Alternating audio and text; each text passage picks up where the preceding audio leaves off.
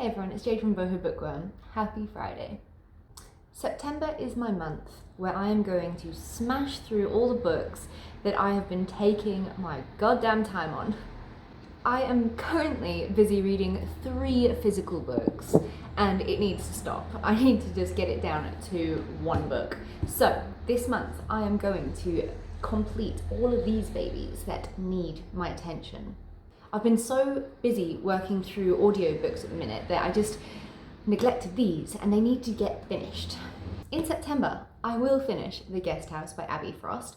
I did a reading blog about this recently and in a way I'm enjoying it, but the dialogue is annoying me. And I feel like the author is potentially trying too hard to create this creepy atmosphere with it that just isn't really working, like making like a mangled hand like run up and down a wall, and I don't know, there's just little things that are bothering me with it. But it's a book about this girl that goes away to this guest house in Ireland. It's the first time this house is going to be rented out to people, like kind of similar to Airbnb, so they get this special deal with it. And she gets to interact with all these other people that come into the house that have the same offer as her. She's getting away to Ireland because her boyfriend, she cheated on her boyfriend and he ended up getting hit by a car and killed. So she just needs to go and do some healing. She's drinking way too much.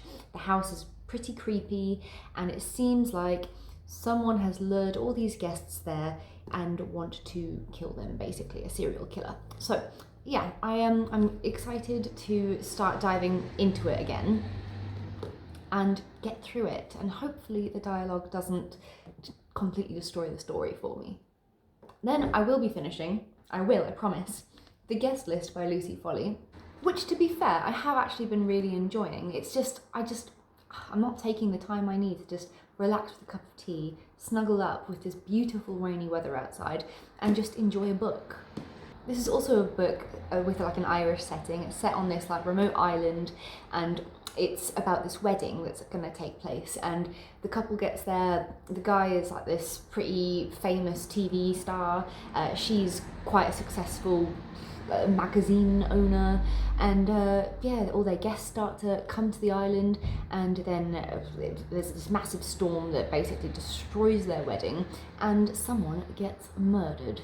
So I'm excited for it. I don't know who the killer is. I have no idea where the book's going, but yeah, I am really much enjoying this one. So I think I actually really do want to get my hands on The Hunting Party by Lucy Foley afterwards as well. After these 2, I will definitely, finally, be picking my way through the last bit of A Game of Thrones by George R.R. Martin. I don't really need to explain what this book is about to you, but I do really like it and I want to continue with the series. It's just a ginormous book and it's been intimidating me a little bit, and it's also not really my normal genre, but it's awesome. And it keeps me busy and stops me from buying more books because I'm determined now that I need to just finish the books that I currently have before I start buying more, even though I want them. Yeah, I really want to finish this so that I can watch the TV show again. I have no idea how it ends, don't ruin it for me. But yeah, my favourite chapters are definitely Khaleesi's because I love her so much, and Jon Snow as well. So yes, and what's his name? The little dude, Tyrion. Is it Tyrion? Daenerys, Eddard. There's a lot of Eddard chapters. I don't know, like I'm excited to meet more characters in the other books because I feel like the book is very weighed down with all the Starks.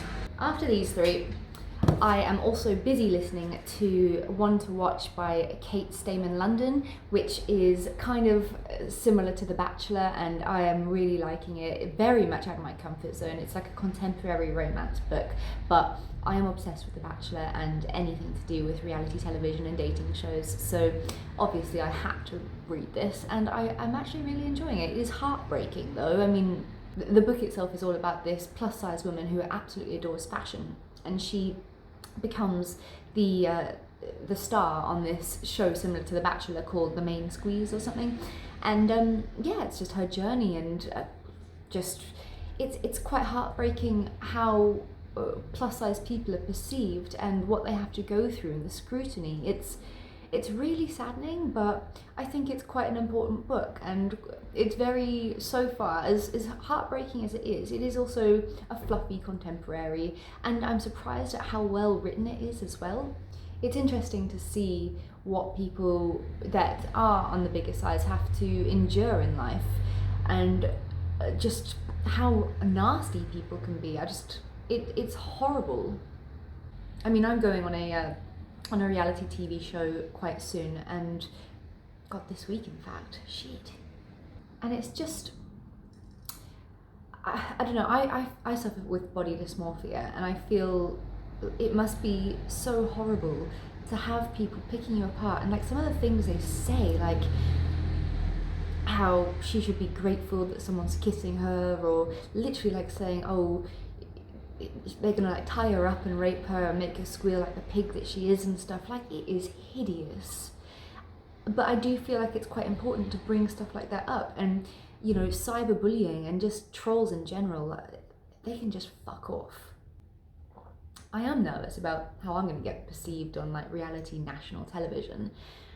You know, I've got massive complexes about, you know, my nose and my face and my body and my arms and pretty much everything, or every part of me. So I don't know, and just I feel like they made me read a part of my book out on camera. This book, The Pirouette Predator, which is currently on sale for half price, by the way, but they made me read a sex scene, and I'm scared that they're going to make me out to be like this sex-crazed lunatic, because it was quite a saucy scene, and I just kind of looked at the camera and I was like, sorry, Dad.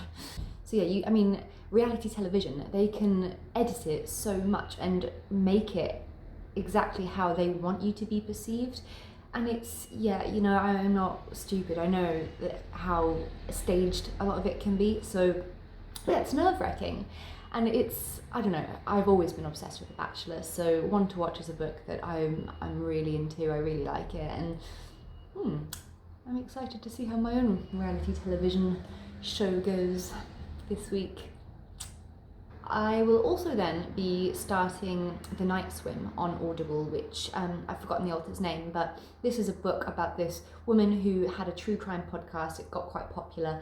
She's used to people knowing her by her name, not her face. So then she gets this letter, I think pinned to her windshield or something, begging for help for another true crime case or something. And there's a case going on about this Olympic swimmer or something who is on trial for raping someone, and there's a murder in this small town.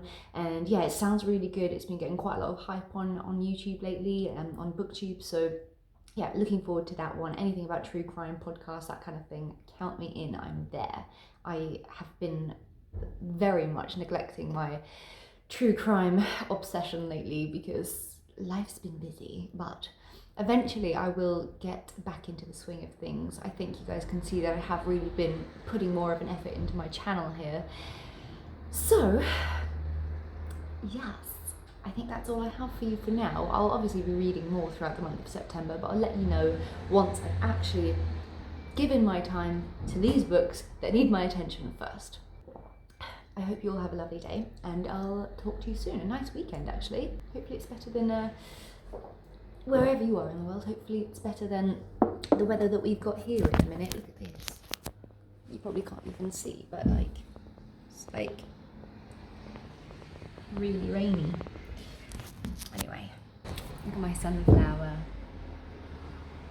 It's pretty, isn't it? It's gotten so big. Alright, I'm gonna go now because I'm just fiddling around. I will see you soon. Bye.